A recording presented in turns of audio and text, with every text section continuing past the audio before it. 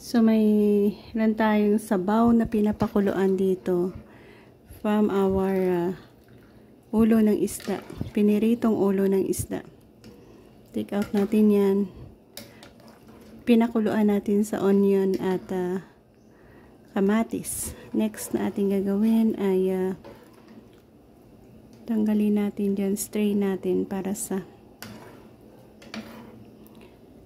clear broth lang ang ating kukunin.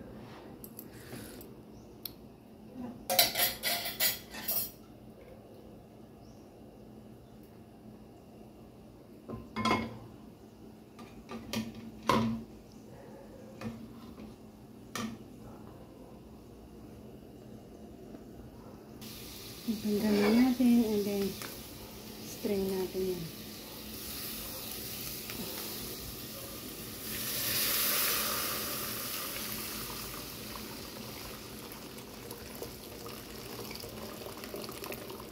Ayan.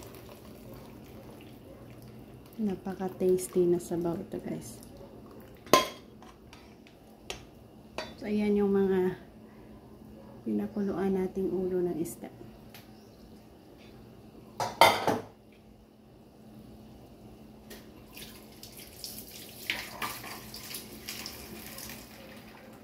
Next, pwede na natin i-add ang ating gulay. Simpleng gulay lang ito. Ano paborito na.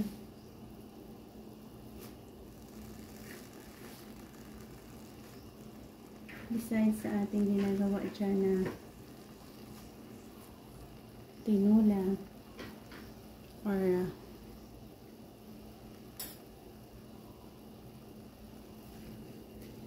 meron din tayong pinapakuluan dyan.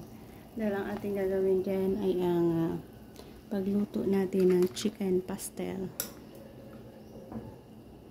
Pwede nyo rin akong samahan sa ating next i-upload na video ang ating chicken pastel na yan. Isang kulo and ready to eat.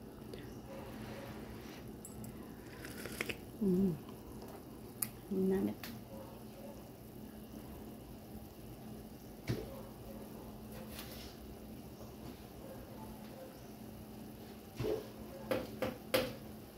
Konting additional na asin lang. And well done na tayo. So yan, again, thank you for joining me.